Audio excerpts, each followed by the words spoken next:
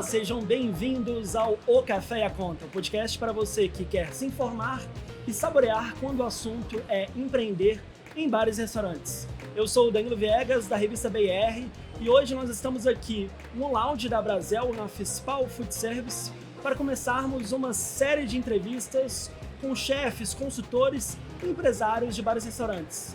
Ao meu lado, eu estou aqui, vou até pegar uma colinha para não esquecer aqui, com Isaac Paes, ele é CMO da Gumer, uma empresa de tecnologia de autoatendimento. Correto. Isaac, obrigado. Eu que agradeço. Prazer ter você aqui, obrigado por ter aceitado o nosso convite. Obrigado, Danilo, prazer estar aqui. Legal, e juntos nós vamos falar sobre como equilibrar tecnologia e relações humanas no atendimento de bares e restaurantes. Um assunto um tanto quanto proveitoso, mas polêmico, né, Isaac? Por que eu falo polêmico? Em tempos de cardápio, de QR Code, cada um quer ter uma inteligência artificial para chamar de sua, o atendimento ele tem esse desafio de ser cada vez mais produtivo, mas com um toque humano, né? Quando a gente fala de atendimento em bares e restaurantes, qual hoje é o principal desafio, na sua opinião? Bom, se tratando de atendimento de bar e restaurante, hoje tem muitos desafios.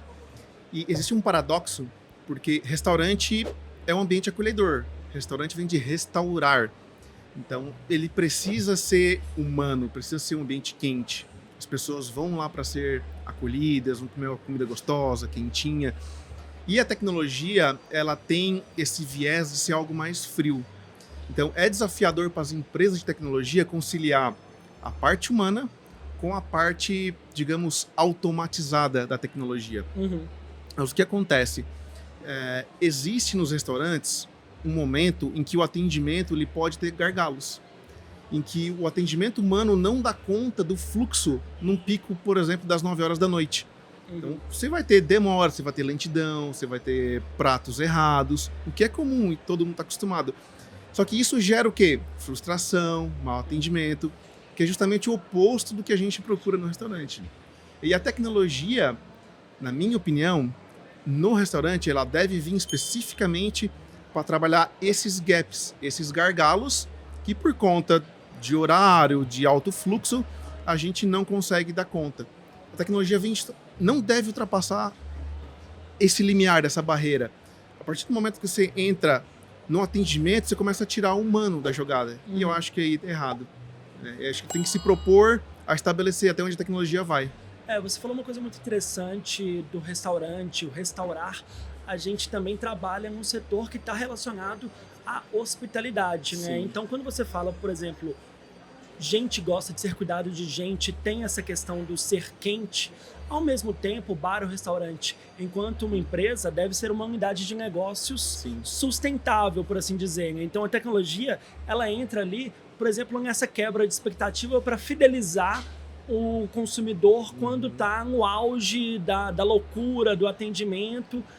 Mas, ao mesmo tempo, como que, por exemplo, a Gumer, ela estuda esse comportamento dos consumidores para entender a dor de cada bar ou restaurante? Porque são características diferentes, né? Um McDonald's, ele não funciona como um bar da esquina, por exemplo.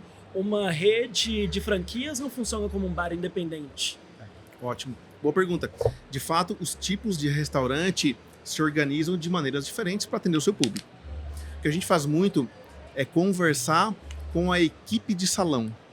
É ali que a gente colhe as informações que eles estão coletando dos consumidores que estão na mesa. E a gente nota que redes maiores, bem organizadas, têm um padrão de atendimento diferente daqueles restaurantes que são locais. Tem 1, 2, 5 lojas. E a Gumer, as empresas de tecnologia, tentam se adequar às necessidades desses restaurantes. Então, por exemplo, vamos pegar redes locais que têm 5 ou 10 lojas.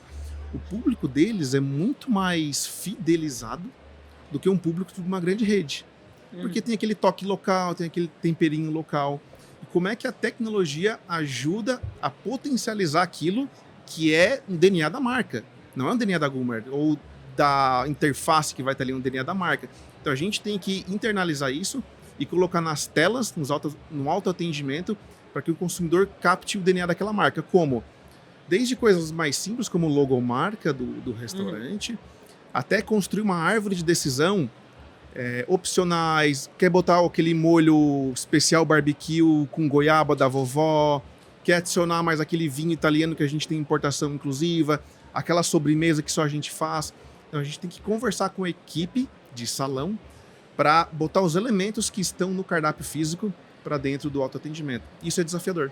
É você digitalizar a sua identidade, mas não necessariamente pasteurizar a experiência para o consumidor final, né? Porque senão fica mais do mesmo, no Exato. fundo tudo é muito igual. Ao mesmo tempo, eu estava pensando aqui enquanto você estava me respondendo, já corta um pouco essa loucura de você esticar o braço, chamar o garçom Exato. e ele não chegar até a sua mesa, ou ele não Exato. vai com a sua cara Exato. e te atende mal, né? Então, Exato. já quebra alguns gargalos ali também que a gente tem nesse atendimento que é humano, mas um jeito talvez ruim de ser humano.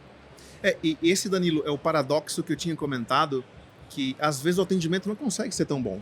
Por questões de o atendente não estar num bom dia, ou o que acontece muito, como a gente sabe que os restaurantes têm uma alta demanda à noite, finais de semana, e você não pode ter, na maioria dos lugares, exceto capitais como São Paulo, uma equipe para trabalhar todos os dias da semana, você traz o quê? Freelancers. Sim, O freelancer não tem compromisso e acaba... Ele não tem nem a faltando. cultura do lugar, né? Às vezes não é nenhuma questão de compromisso, Exato. mas ali, quando você fala, por exemplo, sobre qualificar a brigada, o atendimento, para que o cara seja não só um tirador de pedido, mas um garçom eficiente, você está falando de cultura que ela é construída a partir de um processo, né? Ela não é um instalo, um botão de liga e desliga, né? Então a tecnologia vem permeando também Exato. esses anseios, né? Exato. A partir do momento que, como você bem falou, o freelancer não está na cultura porque ele não é seu contratado, ele não pegou o treinamento, então ele não tem aquele compromisso, ele vai ter um tratamento diferente com o teu consumidor. E aí que a tecnologia deve entrar nesses gaps. Por exemplo, o autoatendimento, se bem construído, né, de maneira eficiente, o consumidor na mesa vai conseguir de forma muito natural, muito intuitiva, captar toda a essência do teu restaurante através de uma tela, navegando, entrando nas categorias, lendo as descrições, as fotos, e vai conseguir fazer o pedido sem erguer a mão, e o ticket médio dele, na grande maioria dos casos, aumenta. Por quê? Um garçom ou um freelancer, em horários de pico, às vezes até fora em outros horários, não consegue lembrar de todos os opcionais, adicionais, harmonizações de vinhos, voltar para te oferecer um cafezinho, uma sobremesa. No autoatendimento, de maneira não invasiva, você passa por uma etapa, um fluxo de consumo, e você vai ver todas as opções do restaurante e você vai acabar pedindo algo a mais sempre. Mas mal construído fica frio.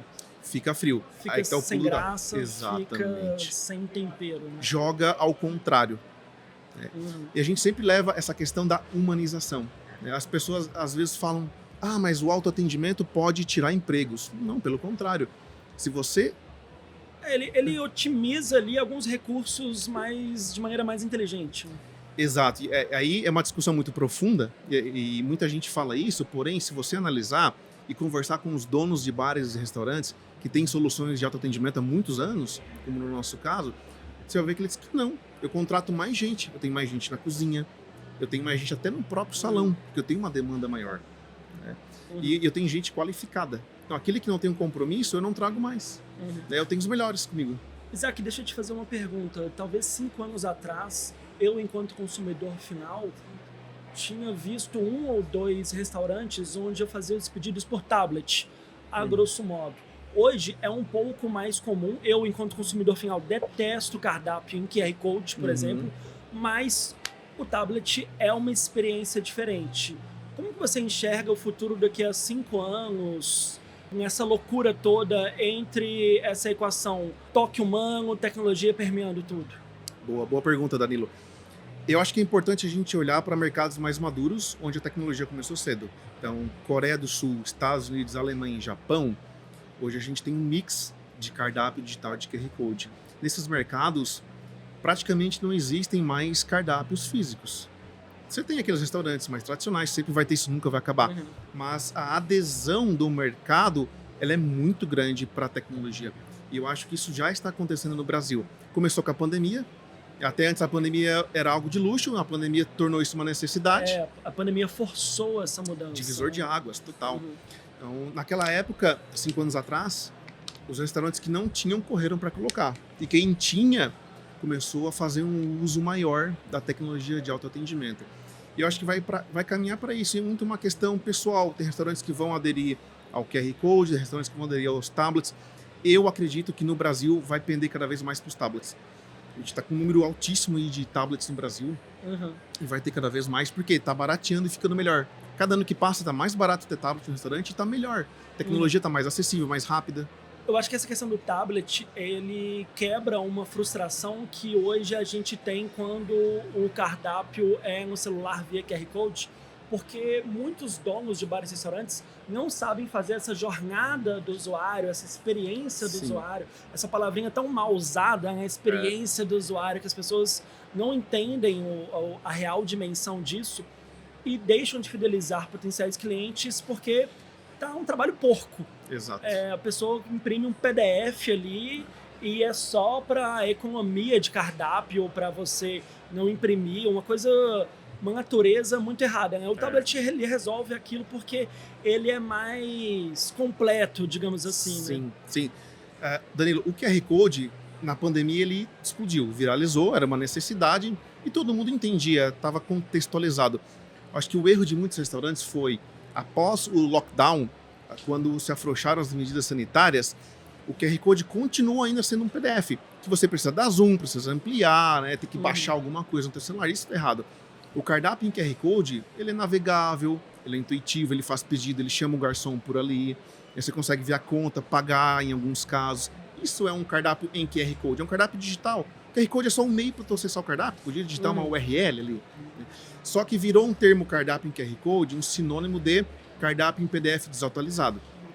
E a gente vai, hoje ainda, em restaurantes grandes que ainda usam cardápio em QR Code, que é um erro. Preguiçoso, né? É Preguiçoso. meio preguiçoso. Me desculpem meus clientes que usam PDF. Vocês têm que aderir a um cardápio navegável, intuitivo, que integra com o PDV de vocês. Foi 2025, né? Pelo amor de Deus. Né? Isaac, para a gente já ir fechando, reta final aqui, falei um pouco sobre essa questão da experiência do consumidor, dos donos de bares e restaurantes estarem mais atentos aos novos comportamentos dos seus consumidores, mas eu queria que a gente falasse um pouco da experiência do dono, da gestão, não só do balcão para fora, mas do balcão para dentro. Boa. O que essa questão da tecnologia pode otimizar na questão dos cardápios? Quando, por exemplo, está faltando o filé mignon, você já atualiza ali, já dá um pulo do gato nesse sentido? Ótimo, Danilo. Sim.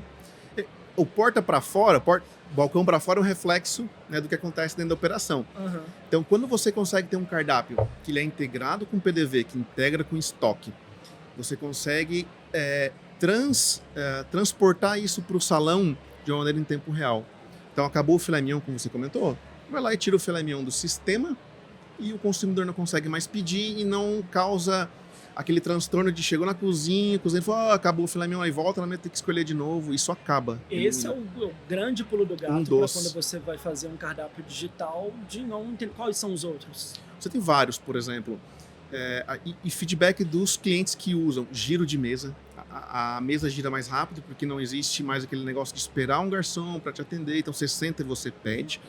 Você já comentou do erguer a mão, e o erguer a mão não é só para o primeiro pedido. Os restaurantes que têm autoatendimento na mesa pedem a segunda rodada, pedem Coca-Cola extra, pedem sobremesa extra, porque você não precisa ficar esperando. Né? E aí tem outra questão também, que os restaurantes ficam, eu diria, mais criativos. Hamburgueria é um exemplo clássico, porque todo mês as hamburguerias têm a autonomia de estar lançando sabores diferentes. Esse mês eu vou lançar um hambúrguer de costela defumada, barbecue 12 horas. Você não tem que ficar reimprimindo o cardápio de papel, de plástico. Eu vou lá e lanço no sistema, coloco ele no ar. O hambúrguer X não está vendendo, eu tiro do sistema, acabou. Essa autonomia empodera o dono do restaurante para deixar o cardápio mais atrativo e novidade no cardápio chama mais pessoas. E o que você acha que falta para essa espécie de cardápio digital dominar completamente o mercado? Acho que é questão de tempo. De novo, olhando para mercados mais maduros, que hoje já estão lá, Acho que o Brasil começou um pouco mais tarde, mas em alguns anos a gente vai estar com a maioria dos restaurantes com cardápios digitais nas mesas. De novo, está mais barato, está mais acessível, está melhor. Eu acho que a gente já passou a fase do early adopter. Vamos ver se isso aqui funciona ou não. A gente já está num estágio de mercado em que a tecnologia está madura o suficiente que permita a adoção em massa já dos restaurantes. E os próprios consumidores estão cobrando dos restaurantes essa adoção. É mesmo? Sim, interessante. a gente vê bastante. Eu vejo mais uma questão não só do tempo, mas também da cultura. Eu acho que talvez um desafio de vocês da Grummer seja educar não só os empresários de bares e restaurantes, mas também todo esse universo que orbita o mercado de food service. Ele talvez seja mais nesse sentido. Boa. Contar com a Brasel para fazer esse processo aí de educação. Legal, Isaac, prazer ter te Obrigado, recebido Danilo. aqui.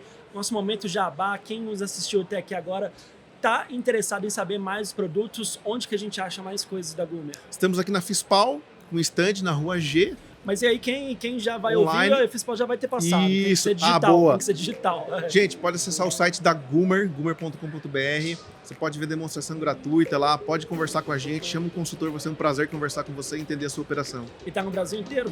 Brasil todo hoje, todos os estados, estamos em 2 mil cidades.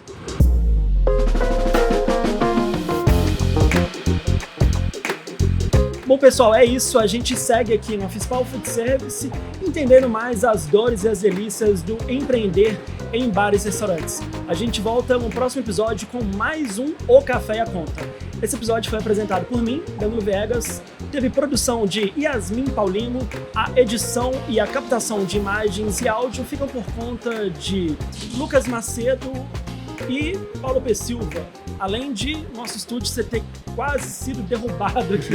Um abraço e até a próxima. Coisa de feira. Coisa de feira, né?